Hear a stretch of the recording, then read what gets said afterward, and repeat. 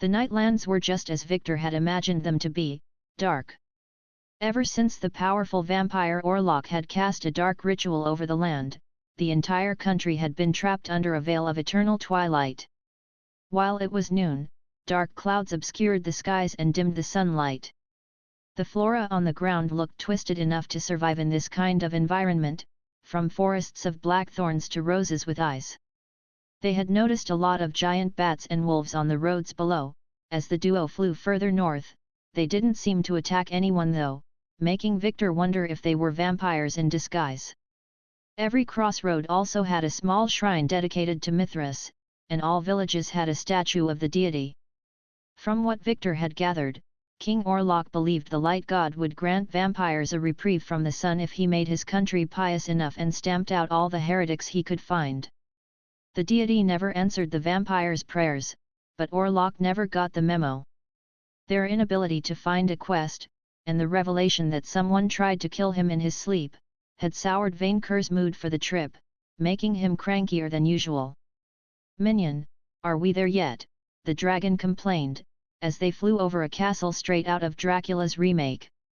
He carried the bag full of Renoir's coins and cows in one hand. "This place stinks of meat, blood, and garlic. The map says the next member of the Legion is..." Victor stopped above a graveyard, between the castle and a nearby village. There. The chief of staff landed among gravestones, his dragon partner crashing loudly nearby, and unfortunately, their arrival immediately awakened the citizens of the graveyard. An army of ghosts and wailing specters emerged from the gravestones in a nightmarish procession, swarming the dragon first with hate in their empty eyes. Vainqueur slapped them.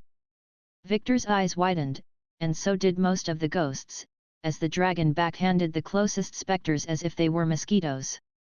"Your Majesty can slap ghosts?" the vizier asked, astonished. "I have a gladiator perk for that," Vainqueur replied. "I am Vainqueur Knightsbane. I can poke everything." The specters immediately collapsed into white smoke. "Come back!" Vainqueur ordered, disappointed. "Give me treasure." Victor doubted ghosts would have dropped anything, instead checking Mott's map. The document led him right in front of a random marble gravestone. Ming the Gnome. 12:53 a.m., 1296 a.m. Adventurer. Blood dealer. Heaven and premium customer. "Your Majesty, I think our target is very, very dead." "Then raise him, so I can punish him myself." "I don't think I can raise someone who has been dead that long," Victor said, as he read the tombstone. "He's been buried for half a decade, and more to the point, he was injured." "Minion, this place stinks of undead!" Vainqueur roared angrily. "Are you telling me we have found the only manling who didn't have the sense to rise up after his inevitable demise?" "A gnome." It didn't calm Vainqueur at all. "So, what are we doing, Your Majesty?" "We return home." "Why would we?" Vainqueur replied, both frustrated and confused. "I lost 20 kilos flying all the way to this place, and except for my rightful settlement and new levels increasing my sweet stipend, we have no treasure to show for it. I will not come back empty-handed. This trip informed us Your Majesty has a dangerous enemy after their head," Victor pointed out. "Renoir's weapon was an AK-47, but my eye for treasure perk told me it has been magically modified to never run out of bullets." "Aka hate," Vainqueur repeated, confused. "A weapon from my world," manling Victor continued, confusing Vainqueur even more. The vizier forgot his partner had never cared about Earth at all. Like Moore's Iron Eagle. What is the likelihood these incidents aren't connected? "Of course someone is after me, minion. I am the greatest dragon in the world. Someone is always after me. Which is good, since it means free food is delivered to my doorstep." Victor could tell that in spite of his bravado, the attempt to kill the dragon in his sleep had infuriated him. "The question is who?" "The fairies. The more I look at it, the more I believe the farmers may have indeed planned this," Victor nodded. "They're the main creatures with a vested interest in seeing Your Majesty gone, even before you gained levels, and Melodus gave more weapons from my world. That is the same MO as this Hamelin.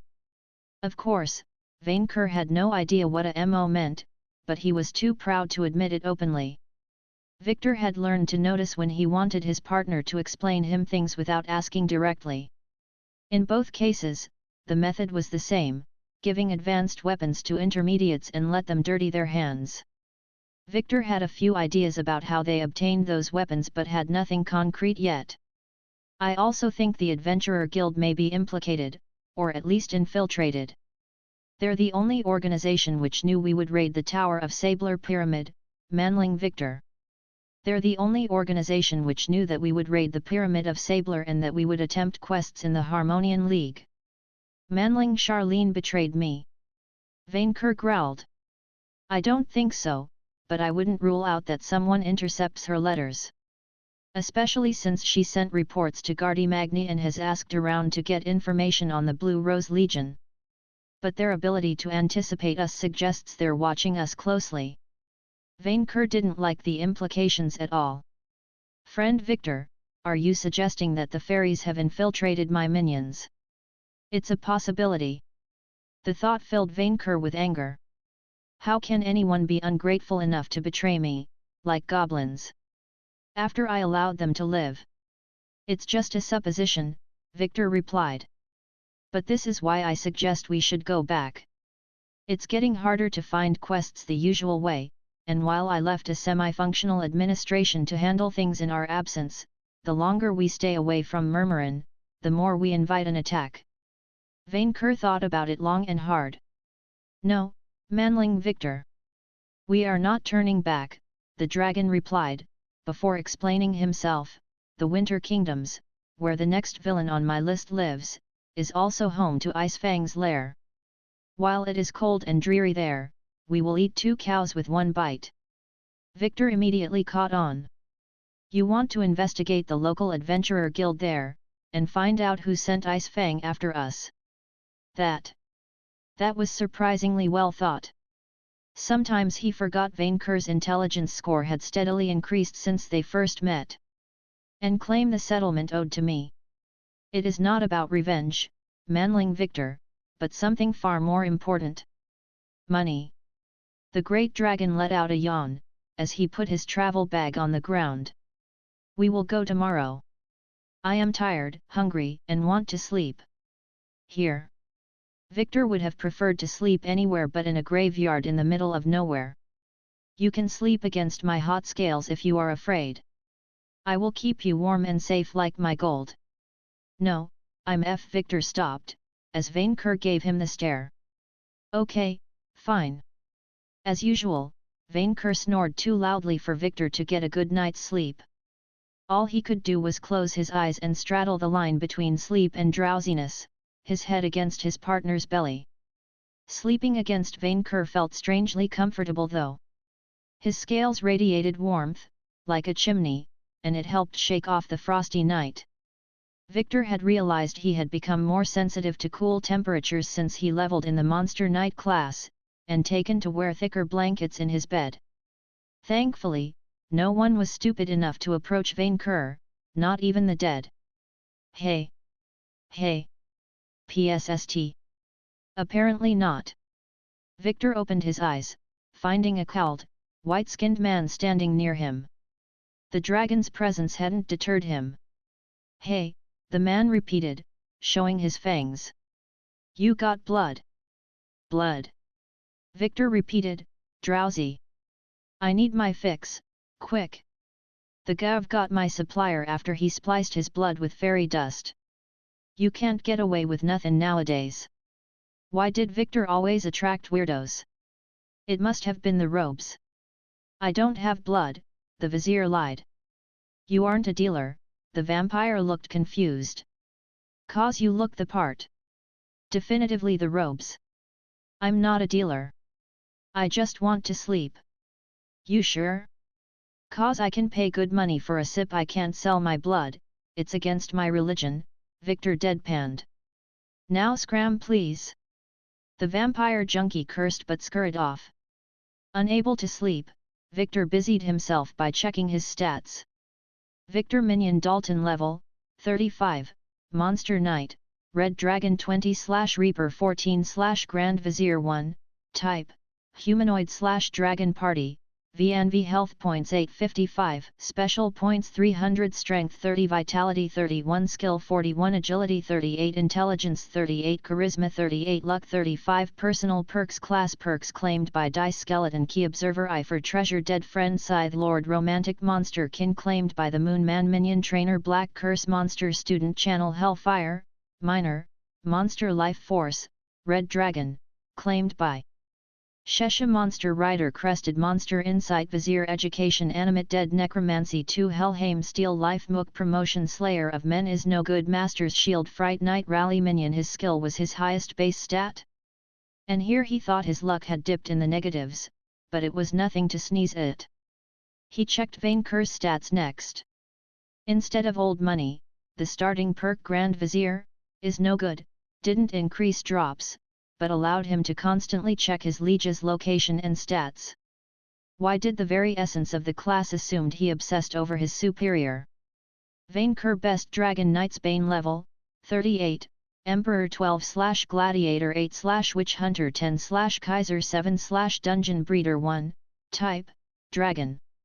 Party, VNV Health Points 6155, Special Points 1460, Strength 125, Vitality 100, Skill 35, Agility 61, Intelligence 29, Charisma 101, plus 10, Luck 61. Personal Perks. Class Perks. Dragon Fire Breath born in the Purple Fire Immunity for the Emperor Red Dragon Life Force Noblesse Oblige Dragon Arrogance Dynasty Dragon Scale Crowd Favorite Super Senses Super Crit Virgin Princess Radar Spell Purge Lesser Poison Resistance Witch Burning Dead Friend Lesser Magic Resistance Taunt Exorcism I Crested Hunter's Resolve Stipend Dungeon Owner, Castle of Murmurin, Victory Fist Summon Herald, Victor Dalton, Imperial Authority Malefic Secrecy Monster Empathy Charged Attack, Dragon Breath. No wonder Vainqueur started to plan ahead, his intelligence had begun to catch up with Victor's own. Maybe the Geomancer class would help him increase it and gain more common sense? The Vizier felt slightly jealous when seeing the gap between their abilities. While he knew he would never rival Vainqueur in sheer strength, the sheer gap in charm made him insecure. He should definitely follow Henry's old advice and level in a charisma-oriented class. Twice Victor had met someone he couldn't talk down, and in one case it ended in his death. But there was a moment for all things, and for now Victor needed to sleep. He closed his eyes, trying to block out Vainqueur's snores. Gamete Prophet! Gamete Prophet, what? Victor snarled, as he opened his eyes again, only to find himself facing an enormous, tentacled abomination against nature. What is this insult to biology? Furubin asked, waking up from inside the scythe. I do not understand a word of what it says. Hello Gamete, the creature said, taking Victor's reaction in stride. We met a few solar cycles ago. Thulgather. The Vizier recognized the moon beast whom he met in Murmurin. Hey, what's up? I am good, Gamete. Now that I am no longer summoned by skin bags, I could finally eat that telepathic spider and write my own fantasy novel. It is so good, your kindred go mad and remove their eyes when they read it. It's a common problem. He already received a few complaints about Pink Ranger's works. You want me to proofread it? Or something else? It is time to meet your destiny, Gamete Prophet, Thulgather said. Father has chosen you for a divine mission. A divine mission? I must fulfill a prophecy. Yes. You are the chosen one. Victor's heart skipped a beat, and he held his breath. Then he squealed like a schoolgirl. Yes, yes. He immediately leaped back to his feet. What kind of prophecy? Saving the world from the Fommers. He knew on some level that with his luck, there had to be a catch somewhere, but the idea of a traditional adventure appealed to him so much. No, Thulgather replied, disappointing the Vizier slightly. You are to usher in an age of exploration, by leading the Moon Man's people to the Promised Land. Hey, so Victor was the new Moses? I won't have to stay in a desert for 40 years, right? No. You will lead father's flock to the Muhuhuan. The moon beast trailed the word as if to make it sound more dramatic. A place called Moon for some reason, or the actual moon? Not the moon, Gamete, Thulgather replied, waving a tentacle at the darkened sky, the Muhuhuan. Can I do it the American way and fake the moon landing? Victor asked with heavy sarcasm. No, Gamete Prophet. That is not an option. Then what is? Victor snapped back, his enthusiasm gone. Build a medieval rocket and send everyone upstairs? Use a teleportation spell. The moon beast sighed. Listen, this is not my idea, Mammal Prophet. This is Father's divine demand. The Moon Man wants his flock together in friendship on the Muhuhuan, and he chose you as his shepherd. I am to visit every carbon-based mammal priest of his and tell them you shall lead the way to the stars. Could he give back his claimed by the Moon Man perk? Victor sighed. The things he did for stat growths. Do I have a deadline? The creature considered the question. Father did not mention one. Awesome, then I will deal with that after I am back from my current quest. There will be a great reward for your deed. Victor raised an eyebrow, while Thulgather's tentacles moved in a distractingly dirty way. Yes. A great reward. At this point, Victor doubted it would be worth the hassle. Any pointers? Use protection against madness when you reach the Muhuhuan, Thulgather advised. Your flock will need it when they see the dark side's tentacles. The truth will shatter the weaker minds. The racket had disturbed Vainqueur's sleep. Minion, the dragon growled, as he glanced at Victor and the squid abomination. What is it? Why are you talking to squid food? We will meet again, Gamete person. Remember your destiny.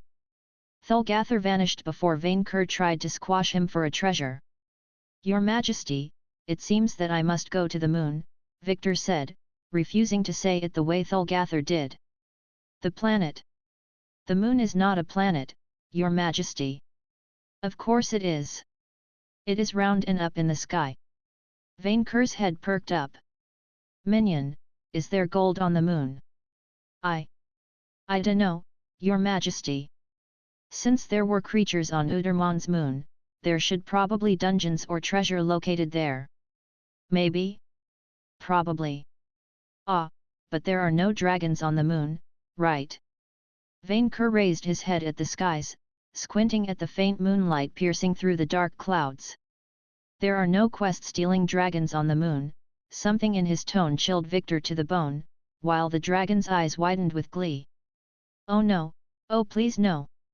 Manling Victor, you are a genius.